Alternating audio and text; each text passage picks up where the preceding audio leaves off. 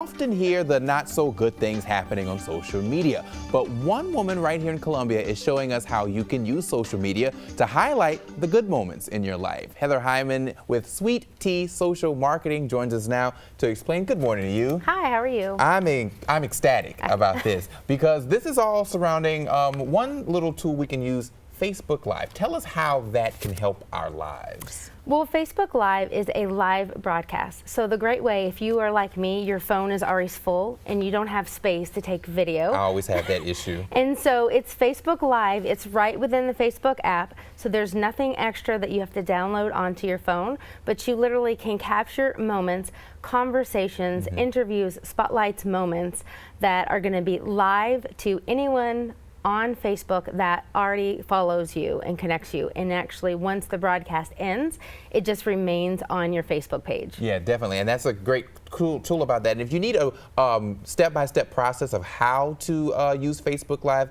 you can follow you on Twitter. We'll talk about that in a minute. Also, we have a tutorial on our website, WLTX.com. You can just search for that in the search bar. But with Facebook Live, graduation season right around the corner. So many people are going to be going to graduations, and sometimes you can't afford to travel in other parts of the country to get to a graduation. This can help.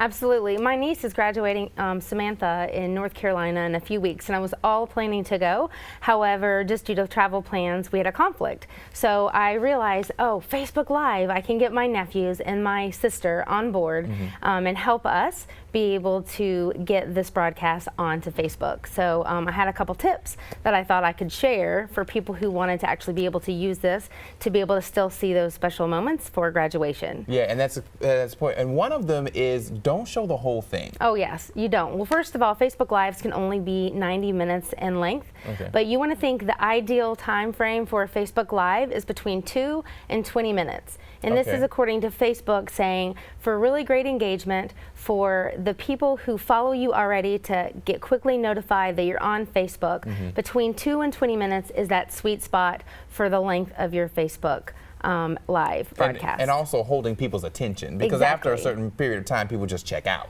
So you want to have a point. So when you go live on your Facebook broadcast, you want to put in the title like what it's about. So if you're at Samantha's graduation at, Mooresville High School, put that in the title so people know exactly what it is they're going to watch in the broadcast.